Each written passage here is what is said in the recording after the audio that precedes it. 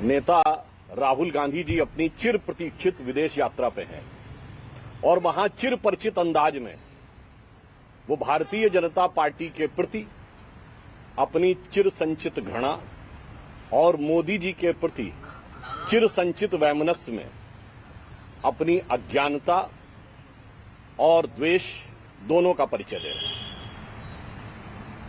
पहली बात, अभी तक वो भारत की संस्थानों, लोकतंत्र और तमाम चीजों के ऊपर प्रश्न उठाते थे।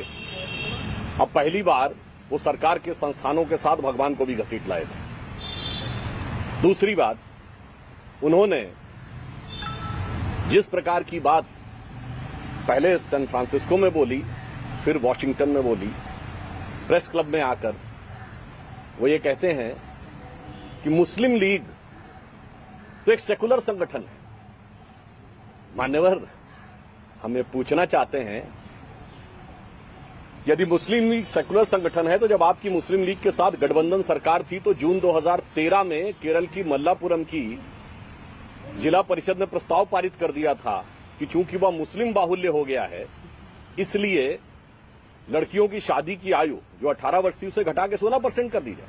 और मुस्लिम लीग कांग्रेस गठबंधन की सरकार ने उसे मान्यता दे दी थी। बाद में विपक्ष के द्वारा बहुत विषय उठाए जाने के ऊपर उन्होंने उसको पीछे किया था।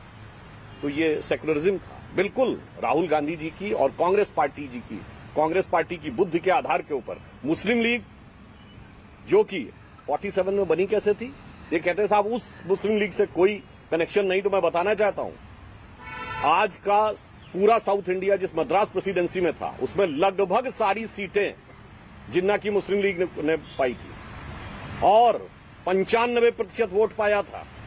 वो सब चले गए क्या? उसी के तुरंत बाद इसका गठन हुआ। कोई बात नहीं, नाम से ही काफी है।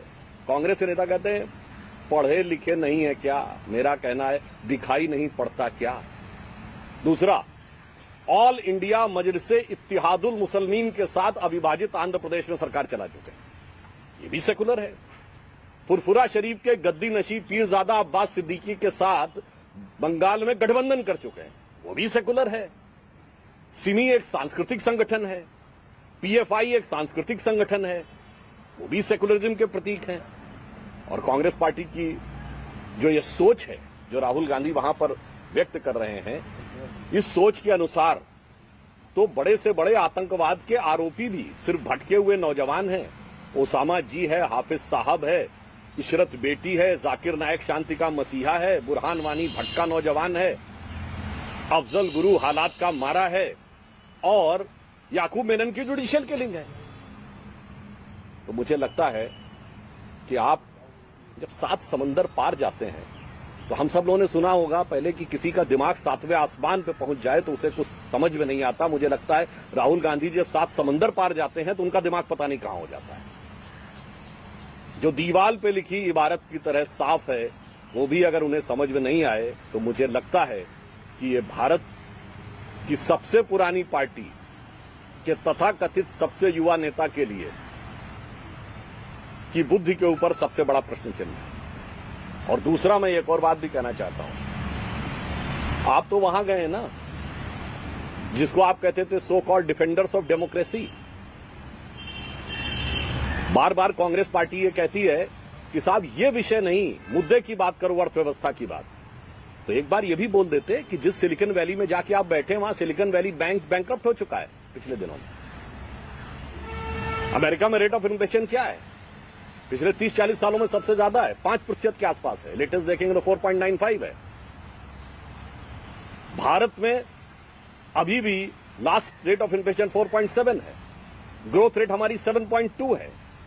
ये भी बता देते कम से कम ईमानदारी से जो आप कहते हैं। और मैं ये भी बताना चाहता हूं, अमेरिका में स्थिति ये कि वहां भुगतान का संकट भी है और नवंबर 2021, और शायद डेट है 21 नवंबर, आप लोग चेक कर सकते हैं जाके, व्हाइट हाउस की प्रेस रिलीज देख लीजिए, उन्होंने स्ट्रेटेजिक ऑयल रिजर्व खोले कीमतों को कम करने के लिए। उसके बावजूद मोदी जी के नेतृत्व में भारत वर्तमान परिस्थिति में सबसे बेहतरीन ढंग से चल रहा है। मेरे विचार से सबसे अधिक विदेश भ्रमण करने वाले नेता को यह तो भी बोलना चाहिए था कि भारत आईएमएफ के अनुसार और अभी लेटेस्ट ग्रोथ रेट के अनुसार सबसे बेहतर स्थिति में है, परंतु क्या कहा जाए, न अर्थव्यवस्था का ज्ञान है न राजनीति का ज्ञान है। केवल दिल में भरा हुआ भाजपा और मोदी जी नहीं, भारतीय संस्कृति के प्रति एक अवमानना का स्थान है। इसीलिए जितनी भी बातें हम लोग पहले बताते हैं, या प्रधानमंत्री जी ने कहा कि भारत मदर ऑफ डेमोक्रेसी है, तो कभी ये भी बोला होता। कभी आप राहुल गांधी जी की किसी स्पीच में देखिए जो उन्होंने कहा हो कि India is the mother of democracy. इसलिए हम ये कहना चाहेंगे कि जो कुछ राहुल गांधी जी ने किया है वो ना अनजाने में किया है, बहुत सोच समझ के किया है। ये कांग्रेस पार्टी और राहुल गांधी जी आदतन करते हैं, फितरतन करते हैं। और अगर कहा जाए, इसको अन्यथा न लिया जाए, तो कुछ हद तक कांग्रेस पार्टी ये सब शरारतन करती। परंतु मैं यह कहना चाहता हूं कि भारत की जनता बहुत प्रबुद्ध है। वो मुस्लिम लीग के सेक्युलरिज्म, इत्तिहादे मुसलमीन के सेक्युलरिज्म, पीरजादा अब्बास सिद्दीकी के सेक्युलरिज्म, सिमी के सांस्कृतिक संगठन होने का सारा अर्थ समझती है। और अर्थव्यवस्था के आधार पर भी मैं या कांग्रेस पार्टी से विनम्रता से कहना चाहता हूं कि जितने देशों का दौरा पिछले कुछ समय में राहुल गांधी जी ने आदतन किया है, फितरतन किया है, उनमें से एक देश बता दें जहां आज की डेट में रेट ऑफ इन्फ्लेशन भारत से कम हो और रेट ऑफ इन्फ्लेशन भारत से ज्यादा हो और रेट ऑफ ग्रोथ भारत से कम हो। राहुल जी, एक सवाल है। कहा है कि चाइना ने भारत का 1500 किलोमीटर से वो कर दिया, ऑक्युपाई कर लिया, ये फैक्ट है। और साथ ही उन्होंने कहा कि मुझे इसलिए पनिश किया गया कि मैंने अदानी पे प्रश्न उठाया, इसलिए मुझे पनिश कर दिया गया जल्दी। और ये हाईएस्ट पनिशमेंट है डिफॉर्मेशन में। देखिए, जब न्यायालय से पवन खेड़ा जी को राहत मिल जाती है तो जयराम रमेश जी क्या ट्वीट करते हैं, यह सत्य की विजय है।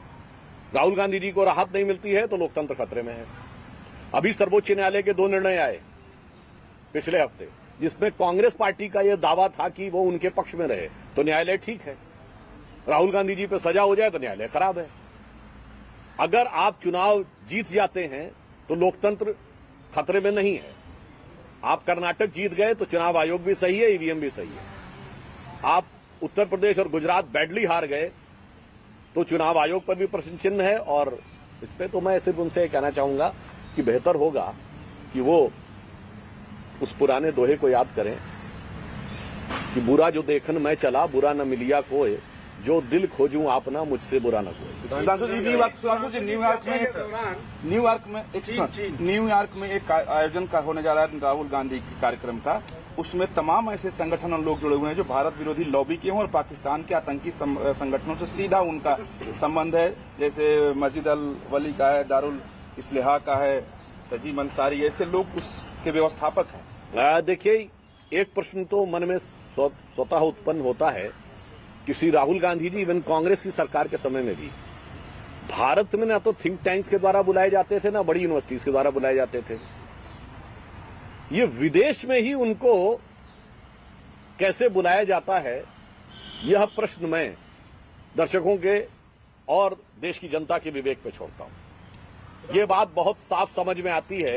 ये यदि आपको अपना ज्ञान उद्भासित करने के लिए भारत के संस्थान नहीं बुलाते, और हमारी सरकार छोड़िए, जब आपकी सरकार थी तब भी नहीं बुलाते थे, तब भी आपको कभी नहीं दिखेगा कि वो किसी भी प्रकार का जाकर विचार व्यक्त करते हैं।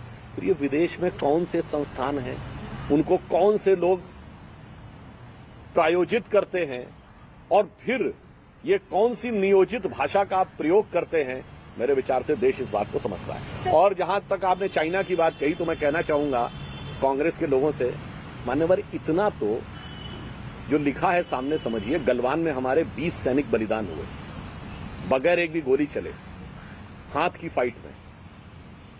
आप कभी कल्पना कर सकते हैं 20 लोगों की मृत्यु हो जाए हाथ गुत्थम गुत्था वाली फाइट में, और दूसरी तरफ से एक भी व्यक्ति घायल ना हो। चीन ने अपने हताहत तो छोड़िए, किसी घायल सैनिक का भी आंकड़ा नहीं दिया, यद्यपि इंटरनेशनल एजेंसीज ने 50 से 60 लोगों के बारे में बात कही। तो मेरे विचार से यदि कोई पार्टी यह मानती हो कि हाथ की फाइट में 20 लोग बलिदान हो गए हमारे सैनिक, मगर दूसरी तरफ से एक भी घायल नहीं हुआ, चीन के इस आंकड़े पर भरोसा करने वालों की बुद्धि क्या तरस खाने योग्य नहीं है? सर प्रियंका गांधी ने ट्वीट किया है और कहा है कि ब्रजभूषण शरण सिंह के ऊपर जो आरोप लगे हुए हैं, तो जो 2 FIR है उसमें 10 मोलेस्टेशन के केसेस का जिक्र किया गया है और बताया गया डिटेल है, लेकिन वो आरोपी के खिलाफ कोई भी कार्यवाही नहीं हो रही है। इस विषय पे जांच भी चल रही है और 2 जांचें चल रही हैं, न्यायालय के निर्देश पर चल रही है, परंतु जांच की प्रतीक्षा से पहले निष्कर्ष निकालने का प्रयास उचित नहीं है। न्याय की प्रक्रिया के निष्कर्ष के बाद जो कठोर दंड होगा वह देना चाहिए। मगर मैं प्रियंका जी से पूछना चाहता हूं, आपकी सरकार केरल में थी, वहां जांच नहीं हुई है, जांच हो चुकी है। केरल STF की जांच कोर्ट में सबमिट हो चुकी थी। आपके मुख्यमंत्री फ्लोर ऑफ द हाउस पे ओमन चांडी बोल चुके थे लव जिहाद के बारे में। वहां की लड़कियों और महिलाओं के प्रति कोई सहानुभूति नहीं है।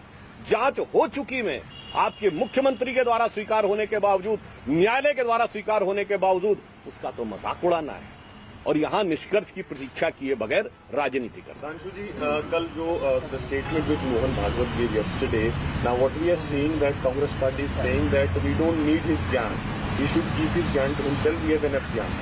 वैसे एक बात उसने ऐड कर देता हूं और कहा था कि जो विदेश में जाकर बयान देते हैं भारत विरोधी, वो राष्ट्रहित में नहीं है और राष्ट्रवादी नहीं है। मैं बात जरूर कहना चाहूंगा। अचानक मुझे ध्यान आता है, एक दौर था जब कांग्रेस में ऐसे अध्यक्ष होते थे जो विदेशी मूल के भी होते थे और विदेश में जाके भारत की संस्कृति और भारत के बारे में ऐसी बातें कहते थे कि भारतीयों का सीना गर्व से ऊंचा हो जाता था। मैं एनी बेसेंट जी की बात कर रहा हूं। 1917 में कांग्रेस की अध्यक्ष बनी थी और क्या उन्होंने विदेश में जाके बोला है भारत के बारे में। मगर अफसोस कि 100 साल के बाद राहुल गांधी जी, चलिए भाजपा के विरुद्ध बोलना है ना, सरकार के विरुद्ध बोलना है, प्रधानमंत्री जी के विरुद्ध बोलना। मैं विनम्रता से पूछता हूं, भारत के बारे में कौन सी अच्छी बातें बोली हैं? प्रधानमंत्री जी ने संसद के उद्घाटन के समय यह बात कही कि हम मदर ऑफ डेमोक्रेसी इसलिए हैं कि भगवान बासवन्ना के अनुभव मंडपम में 11वीं शताब्दी से बैठकर निर्णय होता था। चोल साम्राज्य में 9वीं और 10वीं शताब्दी से ग्राम पंचायतें वोट के द्वारा चुनी जाती थी। वैशाली का पहला गणराज्य था। वेदों के जमाने में सभा समिति विधत गण था। क्या राहुल गांधी जी ने कभी ये बोला है? भाजपा से घृणा हम मान सकते हैं, मोदी जी के प्रति घृणा मान सकते हैं, RSS और हिंदुत्व के प्रति घृणा मान सकते हैं, पर ये तो या तो आप भारत का प्रति अज्ञान के प्रतीक हैं या भारत के प्रति भी अवमानना के प्रतीक हैं। राहुल गांधी